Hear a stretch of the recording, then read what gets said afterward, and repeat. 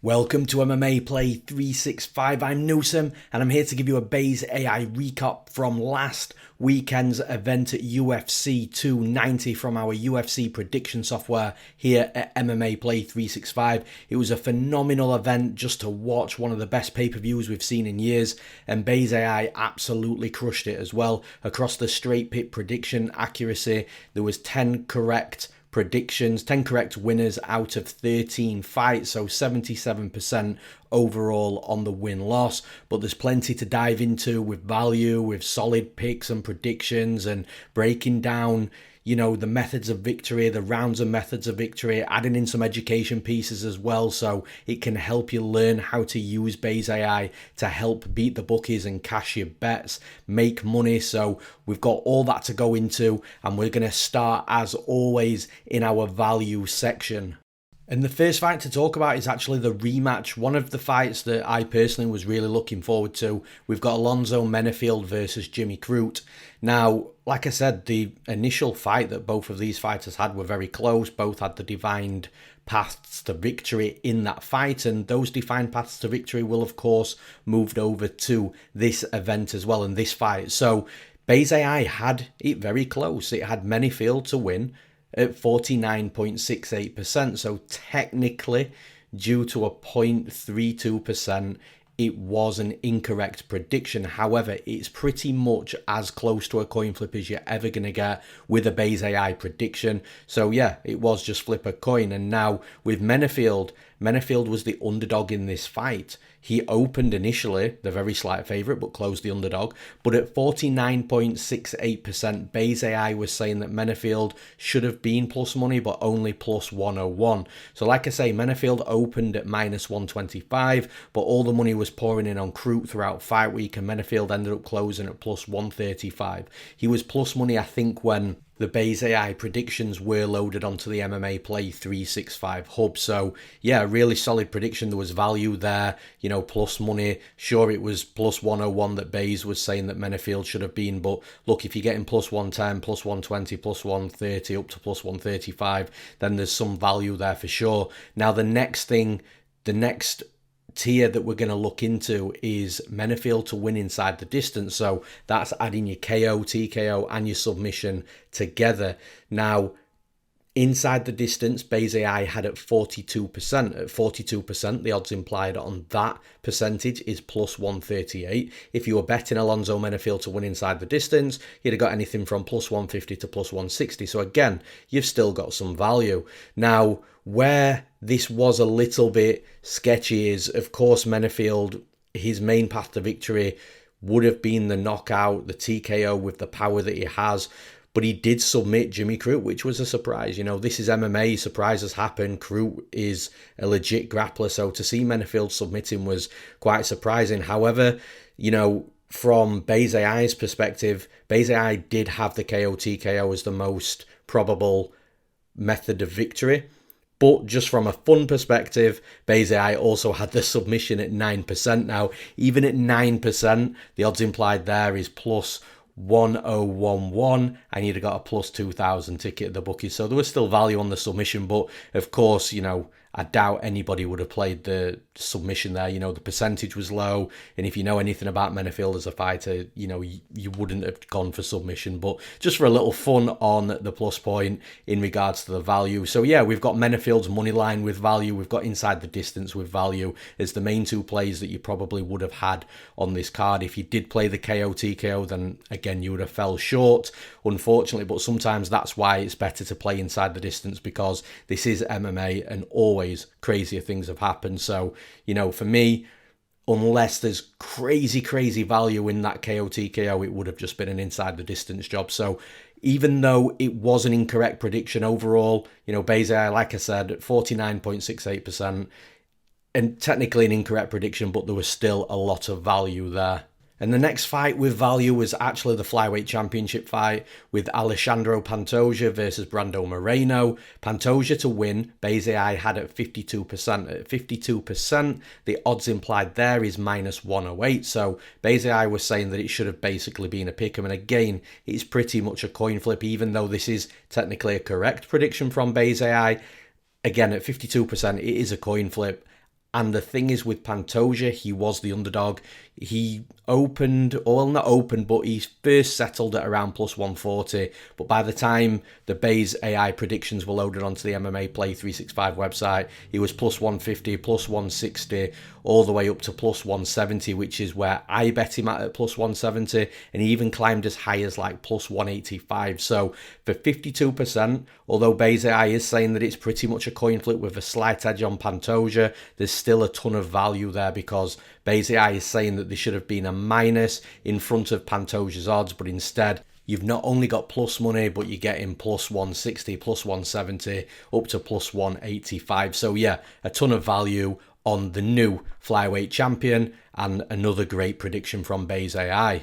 So now we're jumping straight into the solid winners section, and the first fight we're going to talk about here is Vitor Petrino versus Marcin Prachnio. Now Petrino to win, Bayes AI had at 64%, so relatively confident. At 64%, the odds implied is minus 178. On the money line at the bookies, you'd have got roughly around minus 275, and it didn't really move too much from that, wider or shorter, so that was probably around your average line. And again, there's not a lot of value, well, there's no value in that from the minus 178 odds implied to the minus 275. So although Petrino did make the fight very comfortable and look relatively easy at times, this might have been one of those fights where you use Bayes AI in order to pass on a specific fighter, and at minus 275 the odds were wide for somebody only making the second fight in the UFC. So yeah, there wasn't any value in the money line. Even when you look at inside the distance, that's the KO, TKO plus submission added together, you're getting 48%. At 48%, the odds implied is plus 108. If you look at playing Petrino inside the distance, or Petrino fight ended inside the distance at the bookies, you're getting minus 175. So again, there's just no value there. And, the Petrino sub, of course, he did win by submission, but Petrino, I believe that was his first submission, and he is more of a knockout artist, although he is developing his ground game and his wrestling.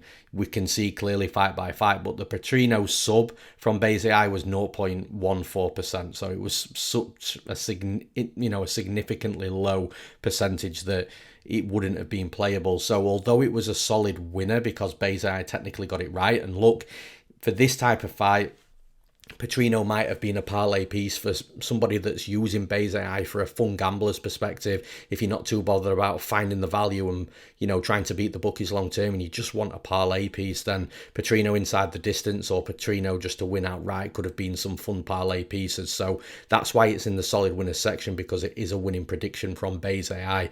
And like I say, for somebody that's wanting to play this game for fun, that's your perfect parlay piece, if you're not too bothered about finding value and, beating the bookies long term. So a good prediction from Bayes AI in regards to, like I said, the Petrino win and the inside the distance as well. So the next fight we're going to talk about, and this is a sneaky good one, we've got Jesus Aguilar versus Shannon Ross.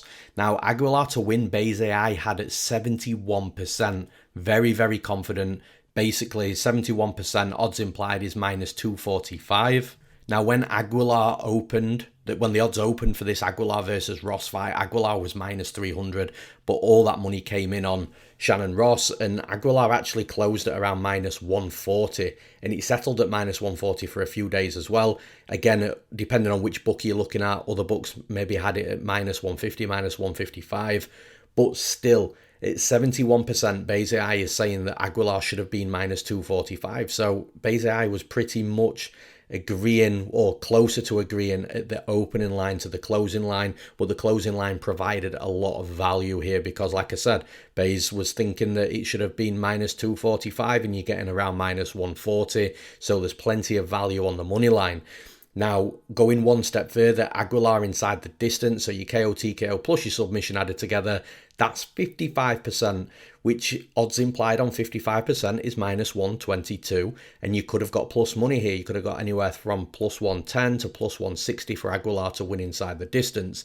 Now, the only knock on this fight is Bayes AI did have the higher method of victory for the submission. Obviously, Aguilar loves his guillotines opposed to the knockout, and Aguilar did knock Shannon Ross out. But again, like I mentioned with the Alonzo Menifield fight, crazy things happen in this game, and especially if you'd done a little bit of research with Aguilar and Shannon Ross, this fight was always going to be fireworks with both fighters throwing down. So for me, although it was a solid prediction from Bezai, if you were looking at playing, a method of victory, inside the distance would have been safer than picking a specific KO or submission, and that's why the inside the distance markets are there. So a solid prediction from Bezai, 71%, super confident in Aguilar, when a lot of people are actually thinking Shannon Ross had the value side. It was Aguilar for Bezai. That proved it on the night, and inside the distance as well. Really solid predictions.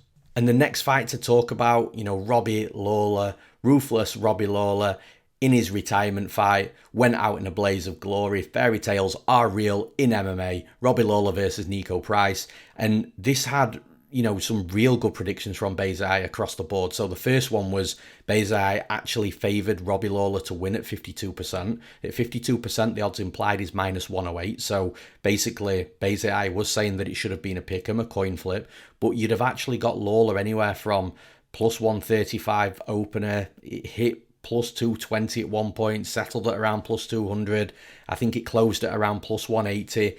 So any betting line that you would have got for Robbie Lawler at the bookies would have had value compared to what Bezai was predicting. Bezai said that Robbie Lawler should have been a pick'em, and you were getting real good plus money. So there was solid value there and a real solid prediction, a real solid winner as well. And we're going one step further. So Robbie Lawler to win inside the distance, your KO, TKO plus submission added together, 39%. Odds implied at 39% is plus 156. If you'd have bet that at the bookies, you'd have got plus 400, which is crazy, crazy value. But of course, we know that Robbie Lawler's a knockout artist, not much of a submission artist, and Robbie Lawler to win by a KO, 37%. So there's only 2% difference between inside the distance and the KO. In this particular spot, that probably would have been the play, with it only being 2% difference. And Robbie Lawler KO, 37%. Odds implied there is plus 170. If you're looking at the bookies odds, you're getting closer to plus 500, around plus 475. So you're getting a much bigger ticket for just 2% difference, value there as well. And now the fourth tier that I'm going to talk about here, I think it's the first time that I'm going to be talking about this. Now, if you would have added Robbie Lawler's knockout, Robbie Lawler's submission percentage, Niko Price's knockout, and Niko Price's submission percentage all together, you get 76%. So basically what that's saying from a market at the book is fight doesn't go the distance, or fight ends inside the distance. Now at 76%, the odds implied there is minus 317. So basically Bezai is saying that there's a very, very high chance that this fight does not go to the scorecards. And like I say, when you're adding up all of the finishers percentages together, that's what you get in your 76% on. And if you'd have gone to the bookies, you'd have actually got minus 200. So it is a 2-to-1 on ticket. But again, when you're looking at value, if you didn't want to take Lawler because you didn't really trust him, or you didn't want to take Price because you really didn't trust him and you didn't really know which way to go, but you knew the fight was going to be violent, you don't always have to pick a side. And again, you can use Bezai's percentages to really find some value on specific markets at the bookies. Because like I said, there isn't a percentage that we give for Bezai to say fight doesn't go the distance. But when you really start digging into the numbers and you start picking out different variables within certain fights, and you can add percentages together to see what you're getting. Look, Bezai was saying that 76% the fight doesn't go to the distance, and you're getting a minus 200 ticket. There's value there for sure. Like I said, you don't always have to pick a side. There's always different ways to use Bezai and the percentages that we provide you at MMAPlay365. So Robbie Lawler versus Niko Price, from an overall fight perspective, again, absolutely spot on. And the final solid winner that we're going to be talking about, this could have also been in the value section as well, but by far the best prediction on the entire card from Bezai, one that surprised me as well. When I first saw the prediction percentages, I was like, nah, this definitely isn't coming in. And then when you see it play out, Bezai, as usual, proves me wrong. We've got Dricus du Plessis versus Robert Whittaker. So Dricus du Plessis to win was 63%. So Dricus du Plessis was actually the dog of the week, or the Bezai dog of the week, in our dog of the week subscription, where you get my best underdog as well, and if both underdogs lose, then you get your money back with our money back guarantee, and it's only $1.99 for the two underdogs anyway. But at 63%, the odds implied there is minus 170. So Base AI was saying that the true odds for Duplessis should be minus 170, which I thought was crazy, especially when you're looking at what you could have actually bet Duplessis at. He did close at around plus 250, but for the most part throughout fight week, and especially when Base AI was loaded onto the MMAPlay365 website for this event, you'd have got plus 310, plus 300, and obviously anything from that plus 10, plus 300 down to plus 250. But still, even if you'd got the worst line at plus 250, Base AI is still saying that Duplessis should have been a slight to moderate favourite in this fight, and you're getting big plus money, a big plus money underdog for that minus 170 odds implied favourite. So crazy value on Duplessis. Now Duplessis to win inside the distance, again, KO, TKO plus submission added together, 58%. At 58%, that's still minus money odds implied. You're looking at minus 138. And if you'd have gone to the bookies, you'd now be getting around plus 400. So again, a real solid line. And basically, Base AI was saying that Duplessis, should he win, is going to finish Robert Whittaker, which again surprised me. But again, Base AI proved to be correct. And we're going to go one step further with this. So Duplessis to win by KO TKO. Now the KO TKO and the submission methods of victory were very close. But the KO did, I think it was by maybe a percentage or two, was the more preferred method of victory from Base AI. And it was 30%. So at 30%, the odds implied there is plus 233. You go to the bookies, you're now getting plus 500. So again, it's just insane value, whichever way you wanted to take this fight. If you're using Base AI, you not only had value, but you had big value, and you had a solid winner in Duplessis at 63% and getting around plus 300. Then you could have gone inside the distance at 58%, getting a plus 400 ticket, or you could have been super brave and just gone straight for the KO TKO and got yourself a plus 500 ticket, all cashed. And this was an amazing prediction from Base AI. Overall, a real solid event.